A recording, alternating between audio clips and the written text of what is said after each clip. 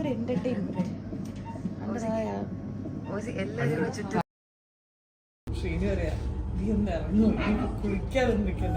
അങ്ങനെ കാത്തിരുന്ന കൺമണി ദിയയ്ക്കും അശ്വിനും പിറന്നു.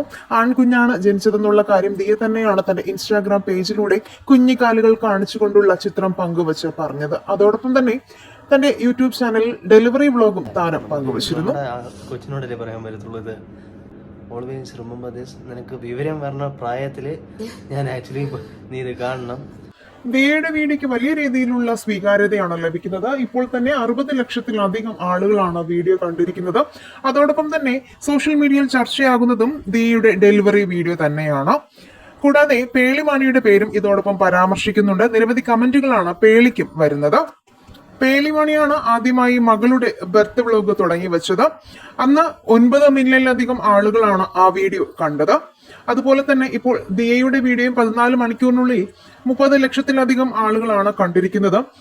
പേളിമാണിയെ വെട്ടിച്ച് ദിയ മുന്നേറുമോ എന്നുള്ള സംശയങ്ങളും സോഷ്യൽ മീഡിയയിൽ നടക്കുന്നുണ്ട്. ഇവരുടെ എല്ലാ വിശേഷങ്ങളും യൂട്യൂബ് ചാനലിലൂടെ പേളിയും ദിയയും പങ്കുവയ്ക്കാറുണ്ട്. അതോടൊപ്പം തന്നെ പേളിയും ദിയയുമല്ല, ശ്വേതാ മേനോനാണ് ഇങ്ങനെ ഒരു ബർത്ത് ബ്ലോഗ് ആദ്യം തുടങ്ങി വെച്ചതെന്നും അതിപ്പോൾ എല്ലാവരും മറന്നുപോയി എന്നുള്ള കമന്റുകളും വരുന്നുണ്ട്. എന്തായാലും ഇപ്പോൾ എല്ലാ ഇൻഫ്ലുവൻസേഴ്സും ഇത്തരത്തിലുള്ള വീഡിയോകൾ പങ്കുവയ്ക്കുന്നുണ്ട്. പക്ഷേ ഏറ്റവും കൂടുതൽ റീച്ച് കിട്ടിയിരിക്കുന്നത് പേളിമാണിക്കും ദിയയ്ക്കുമാണെന്നുള്ളതാണ് സോഷ്യൽ മീഡിയയിലെ ചർച്ച.